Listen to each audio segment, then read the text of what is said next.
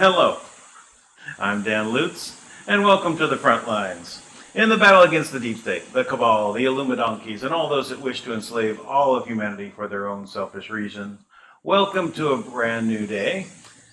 Today we're going to cover two things: fun with flags, and also through the looking glass. So a little bit of a interesting thing going on with this peacetime civilian flag. Now, I've been seeing this flag come up in the last year, really. I don't think I've seen it earlier than that. And you know, people are posting it in the group, and I mean, it's a unique idea.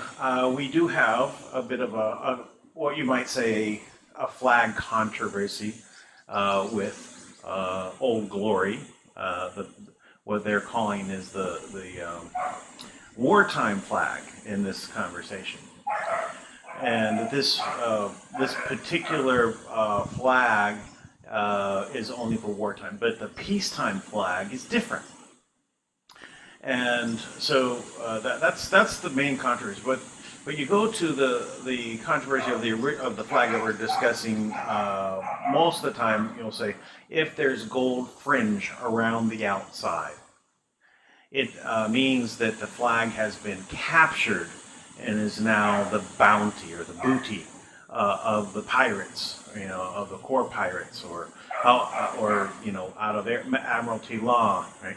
So this is the flag controversy that I've known for a long time. From at least, you know, the age of 16, I've known about this. This thing about the peacetime flag of the civil government was quite new, right? And so I have kind of a rule, when, because I've been doing this kind of research for quite a long time, right? Always on the fringe, looking through stuff. And the one thing I like to you know, look at is this something that's just brand new on the scene? Information that's come out of the blue, and all of a sudden everybody's talking about it. I'll give you an example. Flat Earth. Now, there's the flat Earth people out there, and they have all the evidence to prove the Earth is flat. All right. Well, is this new, or has this been around? You know, the only mention of flat Earth when I was young was when they said, "Oh, Christopher Columbus, you can't go across the ocean and fly around the world because you'll end up falling off the edge," right? And then, of course, he went around, and then Magellan went around, and so on. And then a lot of other, you know, maps show up and show what's going on, or that there's a, you know, you can go around. So, but the new information was flat Earth. Flat Earth. Now, from just I also like to look at nature. There's patterns in nature, and there are certain things that nature likes to do. One of those things that nature likes to do is, as a natural shape, is to actually create circles. Right?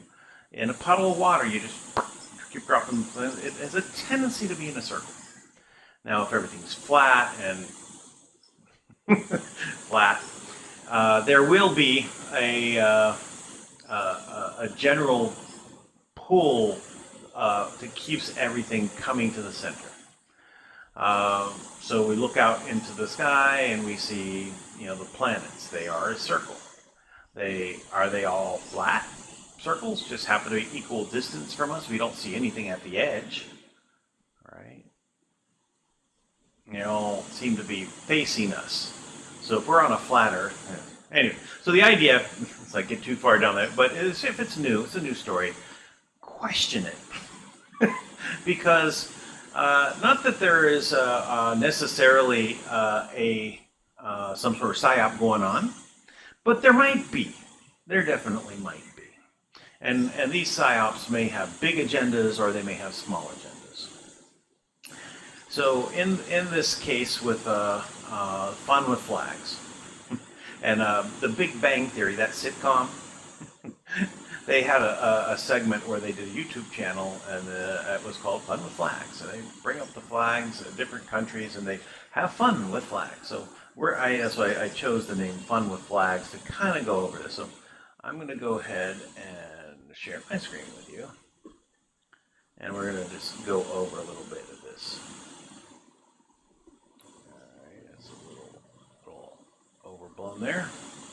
So I'm going to go up to the top of this page. Now, this particular site is pro peacetime flag, right? And I found that there's a few sites out there that have something to say about this. That's the one against the saying it's all a fallacy. We'll get back to that. Let's see, where's the other one I want to show you.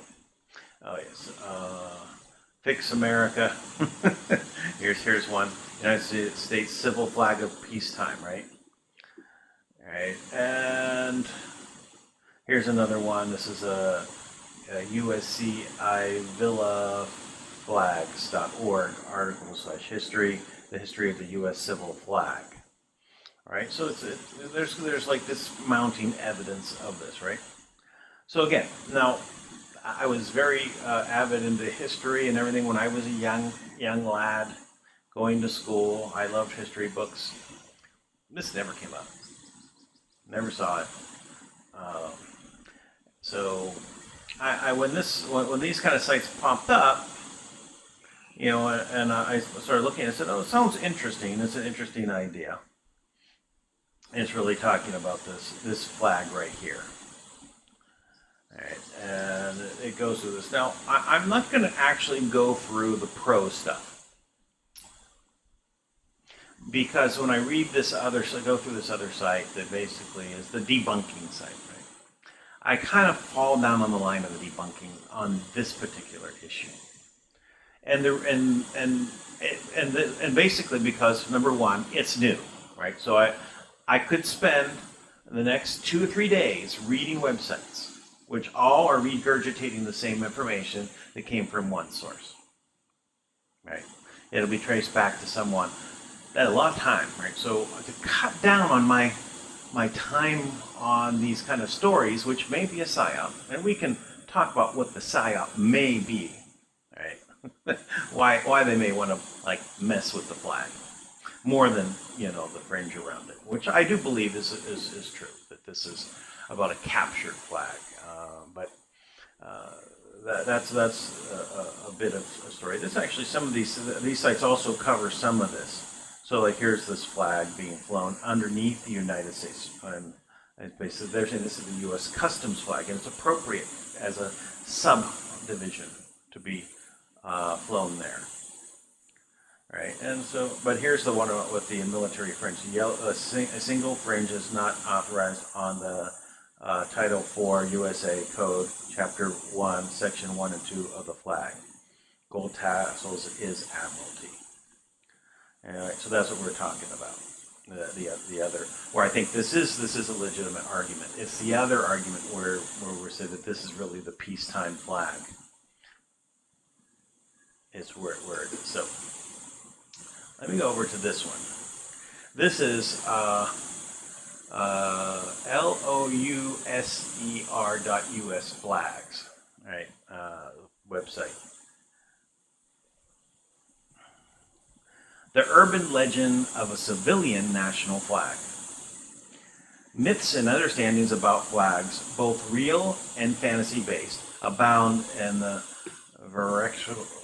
lexical, I don't know how to say it exactly, but world, as they do most fields in the modern world of the internet. Conspiracists, cooks, politicians, religious leaders, and scholars all via to prove the existence of their own pet version of reality without filters or actual facts or real research. Basically, you can post almost anything on the worldwide net, and not only will someone believe and accept it as fact, they will spread the nonsense far and wide. The myth of the existence of a civilian national flag is a prime example of how it works. This short essay is an explanation of how these falsehoods are spread. The quotes examined are direct from the internet and continue to be proliferated and expanded upon. The so-called United States civilian flag, which seems to have started by erroneous identification of customs flag, apparently is not a recent phenomenon, as the clipping from the 1870s attests. Basically, there's never been a different civilian version of the national flag, yet this urban legend continues to be believed by many.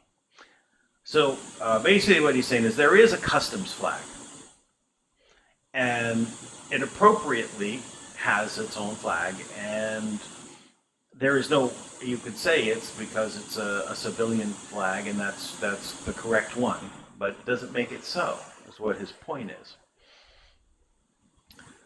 So customs flag, customs service flag, flown properly below the national flag. That's he's showing off here. Okay, before we go any further, I just want to say also, I appreciate the gentleman who put this site together. I assume it's a gentleman, actually, or lady, gentle lady, that put this site together. I do not know if this is actually true itself, because I haven't fact-checked it, right? I haven't gone through this. But I'm using it as a way to say that we have to look at things with some discernment. And in this case, I think this gentleman is quite on most of what he has to say. I think he's a little off base on certain things, but it's in general, I think he's on the right track. And that's also because I have a different view of reality, right? I have different facts to draw upon that he has had. So, we're slightly different. So, all right, we'll go through this now. Okay, in the picture, the flag being flown beneath the United States flag, it is that of the United States Customs Service as a civilian branch of the United States government. It was responsible for keeping illegal products outside of U.S. borders. It also regulated what could leave the United States and what partially responsible for who could enter the United States. It was dissolved on March 1st, 2003, and became the agency of the United States Department of Homeland Security. It is now called the United States Bureau of Customs and Border Protection. So how did this flag gain the false impression that it was a civilian version of the United States flag? Creating the myth of the United States civil flag. The trick of getting an urban legend belief is to make statements that are true, but connect them to unrelated or false facts, thus making the whole thing seem possible. The existence of a separate civilian version of our national flag is a perfect example of this strategy. Here's how to do it. Custom flag raising of July 4th, 1919. Strategy 1. Show a picture of the flag and then change the caption. Take a look at this picture. It shows the customs insignia being raised over the United States Appraiser's store at Point of Pittsburgh, Pennsylvania on July 4th of 1919. We even know the names of all those in the picture. I'll skip all that. However, if we want to create an urban legend, we simply change the caption under the flag of peace. U.S. flag, civil flag in 1919 at the end of World War I. Now, the casual reader will assume that the Customs Service flag was a protest flag at a peace rally. Only the flags used at the 1919 peace rally were standard stars and stripes. Strategy 2. Cite fictitious information from unverified experts. Read carefully the following information, paying attention to those statements marked in red. It is believed that some historians that the civil flag was discontinued after the Civil War when the federal government imposed military government in the states and disbanded civil government as a show of its power over the states. Civil flags were discontinued and the Old Glory became the sole emblem representing the people of the United States of America, united under military/admiralty rule. That's the quoted source. First of all, you have to ask yourself, what historians believe this? Admittingly, after the Civil War, temporary Union military governments were placed over former Confederate governments in order to keep order, but no action was taken to eliminate non-existent civil flags. The only flags not allowed were Confederate flags, which were replaced by stars and stripes. If you wonder about the Admiralty Rule comment, this refers to as an imagined connection between maritime law, a body of civil law which governs maritime questions and offenses, and the imaginary military conspiracy. So this is why I think that's why I know a little more. So I said I don't believe everything that he's laying out here, because I do think that there is quite a connection there. We'll continue. Strategy 3. Distort true facts by mixing in unsupported opinions. Again, read carefully the following information, paying special attention to those statements marked in red. Through usage in custom, horizontal stripes had become adopted for use over military posts, and vertical stripes adopted for use over civilian establishments.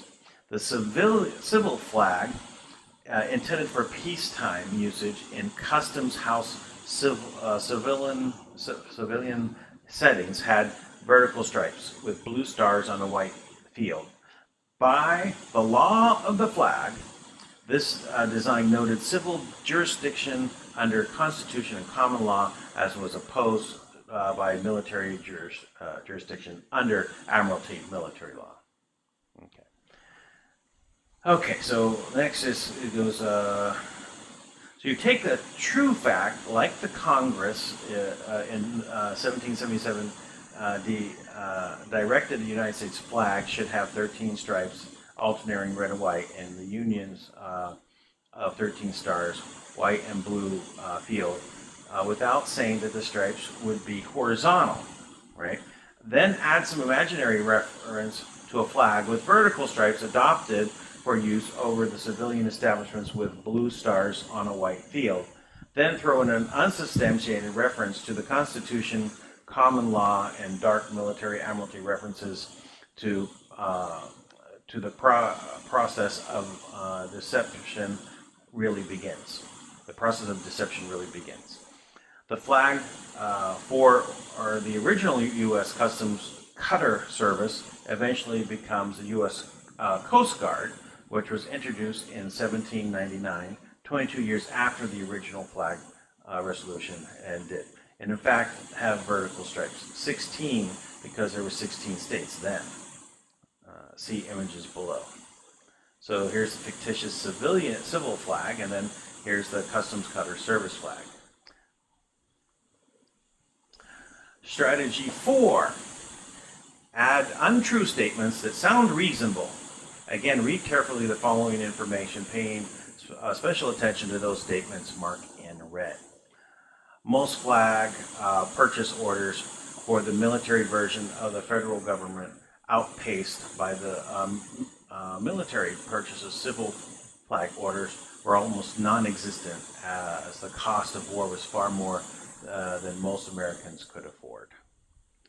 So naturally, the demand for non-existing flags, or a flag with one branch of the Treasury Department, would be small, right, because of its expense. How many custom service flags have you seen? And unless you own a boat, how many Coast Guard insignias have you seen? Again, using statements that sound reasonable, you can build a case for existence of a non-existing flag. It is interesting that the catalyst of this whole myth was in itself a work of fiction. It started in Nathaniel Hawthorne's novel, The Scarlet Letter, which contains a description of America's custom flag erroneously described as having 13 stripes and calling it a civil flag. Actually, since Customs Service was not a military branch, then technically it was a civil flag. Here, with a view from the front window down, this is not a very enlivening prospect, and hence across the harbor stands a spacious edifice of brick. From the loftiest point of the roof during the precisely 3.5 hours of each forenoon, floats or drops in the breeze or calm the banner of the Republic, but with the 13 stripes turned vertically instead of horizontally, and thus indicating a civil and not military post of Uncle Sam's government is here established. So that's where it all comes from, right? There's a basis in some book that someone wrote, and someone picks this up and puts one and one together and does dot connection. And I do a lot of dot connection, I get it. And so this doesn't need to be a psyop, right? This could be just a construction, right, of putting things together that seem correct, but end up not being correct. So, let's see. It proves the perfect opening to a start of a new urban legend. When the newest movie based on Hawthorne's novel showed the civil flag, it added fire to the cause. It also been helped by the fact that the U.S. Treasury Department flags and insignias were not standardized until the American Civil War, and each collector of customs was responsible for acquiring flags and insignias on their own, leading to many variants in both construction and details of the insignia. Add to the mix a variety of similar-looking 18th and 19th century flags from the U.S. Revenue Service and the U.S. Coastal Guard, and the urban legend supporters, conspiracy theorists, enthusiasts have a rich field to choose from. Here we go, many different versions. Take your pick. Customs Service Variant 2, Customs Service Variant 3, Coast Guard 1915, Revenue Service 1799, Revenue Service 1869. Okay, take a look at this illustration of an early 18th century U.S. Customs Service flag recently sold at Sotheby's auction. Notice that it has 13 stripes instead of 16 stripes. Either a variant or result of a repair. You can see the confusion that can be generated.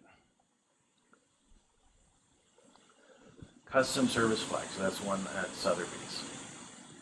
So in conclusion, the urban legend of the civil flag continues to allow conspiracy theories enthusiasts fertile land to plow and a chance to make little money on the side by selling civil flags and buttons. Supporters of Ron Paul have flown a modern version of the civil flag at Ron Paul's presidential rallies.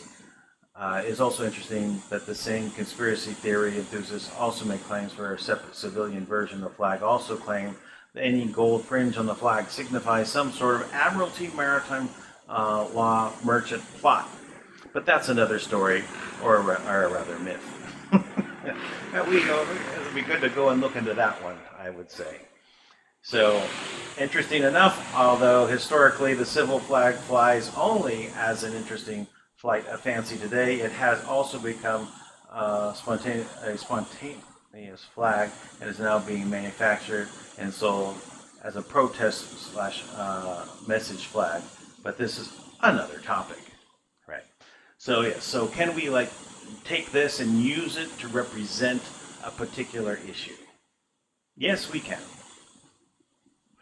So the question, do we want to? Is that really the best tactic? Now, maybe it does have some merit. You know, I can understand when people are, upset about the gold fringe. You want to draw attention to it. You want to have something that is really in contrast, right? You change the direction of the stripes and white to blue background on the stars, and all of a sudden you have quite a different flag, and then people can really ask the question, why is there a difference? And this is a very important point, because the subtle differences people overlook. Gold fringe, no gold fringe, who cares? Doesn't mean anything. It's red, white, and blue, got some stripes, got some stars, and looks like all the other ones I know, no issue. So it is good to have something that stands out as contrast if you're trying to draw a point to something. But what is that point that we want to draw our attention to? So, all right, this is fun with flags on the front lines. I hope you enjoyed this. This was something a little bit more lighthearted than a lot of the top subjects we've been covering, and I thought it was very interesting to go into this. So. Something else that also I find is pretty interesting that I want to go into, and that is the looking glass. So let me say that I had looked up Project Camelot and Bill Woods and found a lot of information on this that I wanted to go over and do some research. And the reason is because, number one, we did talk about Project Camelot yesterday. Tank and I, we briefly mentioned it, and it struck me about bringing that up because this is, again, I consider one of our fun topics, because I say that the plan to save the world, and under QAnon, it's the military getting together. And I stretch it a little bit and go to it's Tesla's plan to save the world because he was upset by the let's just say the deep state of his time, those that kept him bringing from his world-changing inventions to the world because they had the money and he did not. And this is I think a very important point to make, that he had developed technology that also could be used for a Project Looking Glass, a way of seeing into the future. And I know a lot of people don't believe that this is a possibility, but many people do believe it. I absolutely believe that it is possible to see into the future as well into the past. That there could be technology because all of it exists as all of reality. It's there. How do you look at it? That's a whole other. But one thing I like to do to point out that how you yourself probably have experienced time travel is with deja vu. Deja vu is, a lot of people would say, I remember my whole life, people say, oh, deja vu, that's just something you dreamt. And now, it's coming, you're seeing the vision that you saw in your dream. I said, that never seemed right to me. It never really did.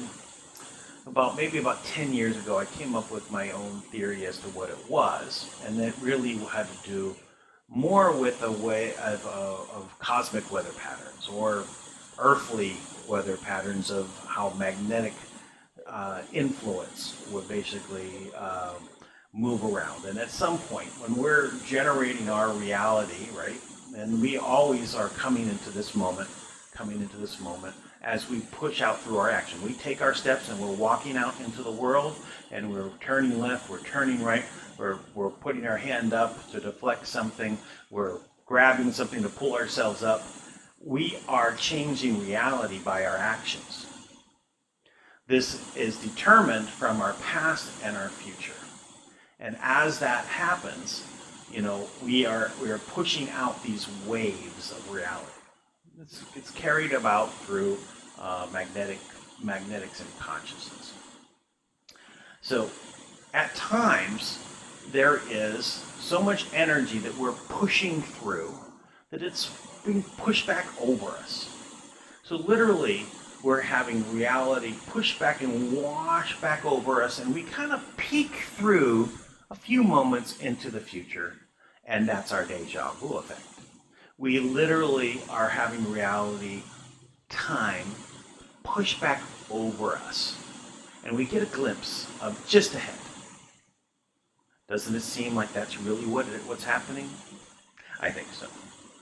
So that's why Project Looking Glass has been, you know, interesting. So let's actually look at a video. This was actually put together by Project Looking At. It's one of my new favorite YouTube channels. I suggest you also subscribe. They've got 58,000 subscribers. Alice Down the Rabbit Hole is the name. I'm sorry, but that's the channel. So let's go ahead and go through this. We'll start here. It's not that long, really. It's about 12 minutes. Let's see if we can bring it down a little bit.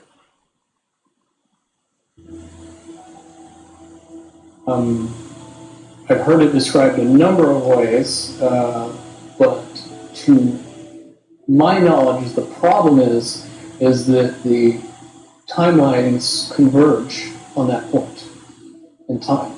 And when you know enough about the Stargate projects and the Looking Glass project to know that how string theory works and how the possibility of possibilities works and how making one choice over here doesn't necessarily mean that the other choice couldn't exist at the same time.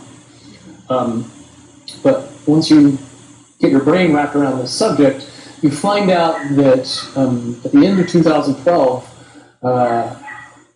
an easy way to put it, the choices that we make become less and less consequential to the future.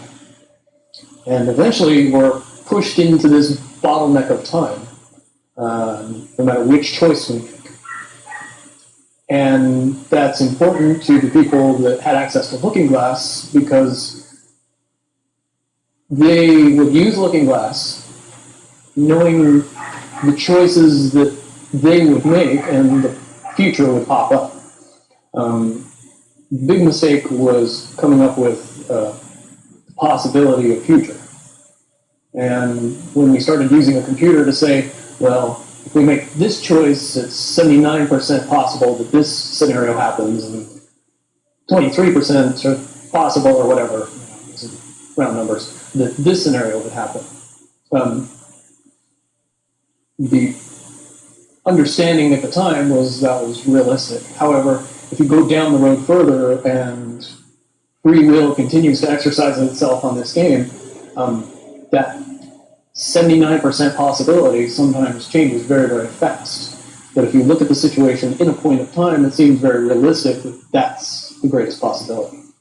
What happened was people, very smart people, began to figure out that something big was coming up.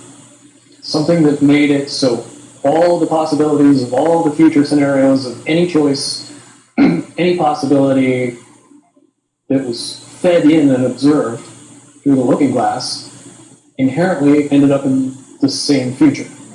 And no decision, no possibility changed past a certain point.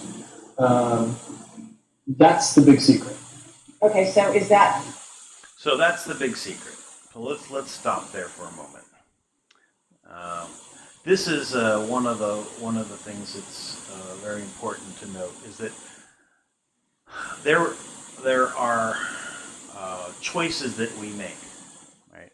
But we're all tied into reality together, all of us. not only us, but all of the other life forms, we're all tied together. We're all flowing through the same reality. It moves like rivers. At certain points, you can make decisions and divert rivers and have them go a certain way, and they'll hit something. At certain points, they always come back to a certain point, and they gather back together before they spread out again. This is a natural thing that would be occurring, and in our timelines that we're discussing, that there was, I've heard it's explained this way, 5 major timelines, and that they're interwoven, right? And one of the points of 9/11 as an attack, right, that was perpetrated on the planet, not just Americans, but on the planet as a whole, that this was meant to converge and force the timelines to come together at that point. And through this aspect of their magic, right, their form of let's say, physics, mechanics of reality, that they were going to force a new reality to come about because they didn't want what was foretold in Project Looking Glass as the predominant actual reality of positivity and abundance and freedom. That was the winner. That was the winner. And they didn't want to have it happen. So they conspired and they created 9/11 to take away everybody's rights and to basically bring this all to a point where they'd have 16 years to dissolve the country, 8 years of Obama, 8 years of Hillary, and it's done.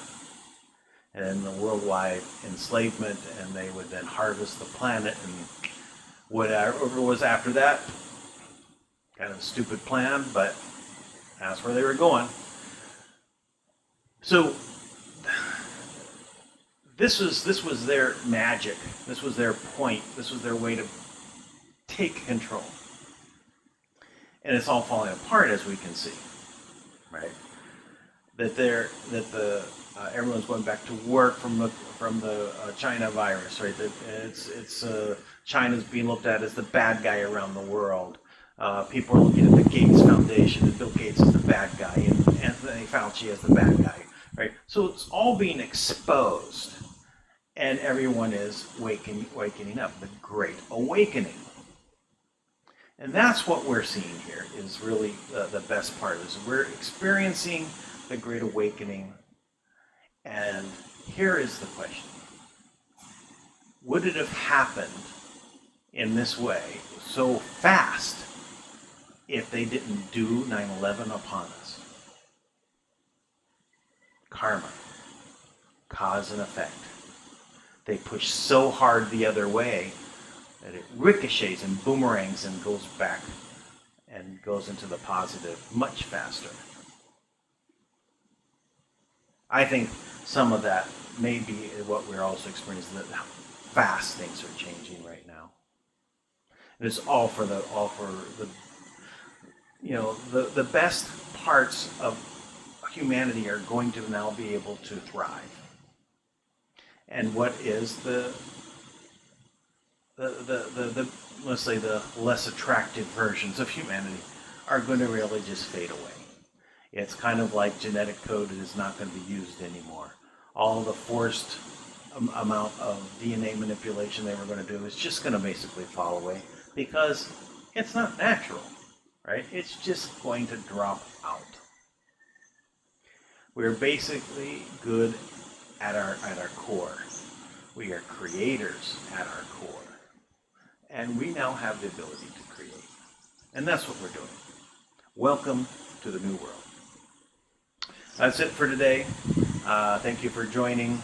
I appreciate everyone that's been participating with us. Please subscribe. Please pass this on. Spread it around. Let's keep this going. Give your positive comments. Any negative comments, not necessary. I was informed that there were some negative people on the group yesterday, and they should have been eliminated, right? Because that, and I guess maybe we need to have some sort of monitors monitoring these things, because this negativity is not needed. It's really just, it's unnecessary. Don't want to hear anyway. Away with you. All right. With that, I say goodbye and have a wonderful